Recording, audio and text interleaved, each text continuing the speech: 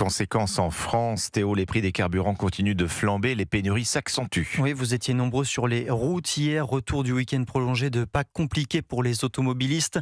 Avec près de 3000 stations-service qui manquaient au moins un carburant. Le diesel dont le prix franchit un nouveau record, 2,32 € le litre en moyenne. Notez que le plafonnement des prix chez Total a pris fin depuis minuit. Et les stations Total Énergie se sont retrouvées victimes de leur succès. Oui, avec des litres. Le litre d'essence à 1,99 €, 2,09 € pour le litre de diesel. L'enseigne n'a pas communiqué sur un éventuel prolongement de l'opération. En attendant, plusieurs de ces stations sont en rupture, comme à Lille où s'est rendu le correspondant d'Europe 1, Maximilien Carlier. Un ruban de signalisation devant cette station Total Énergie fermée. Tout est à sec.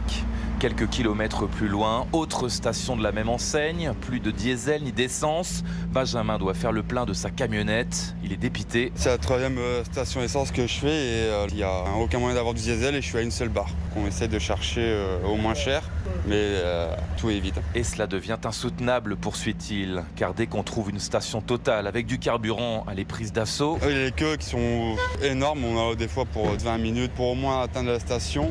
Si elle n'est pas vidée avant qu'on serve. Alors plafonner les prix c'est bien, mais il faut du volume aussi, ajoute-t-il. Juste à côté de lui, l'employé de la station observe un balai d'automobilistes qui viennent et repartent aussitôt. Il n'y a plus de gasoil Excellium, il n'y a plus de gasoil normal, il n'y a plus d'essence 95. Il reste que de l'éthanol en attendant le camion de livraison. Et des fois le camion il se vide en une journée. Le matin on est réapprovisionné, le soir on n'a déjà plus rien, explique ce responsable. Il y a tellement de monde que la rue est complètement bloquée dans les deux sens, conclut-il.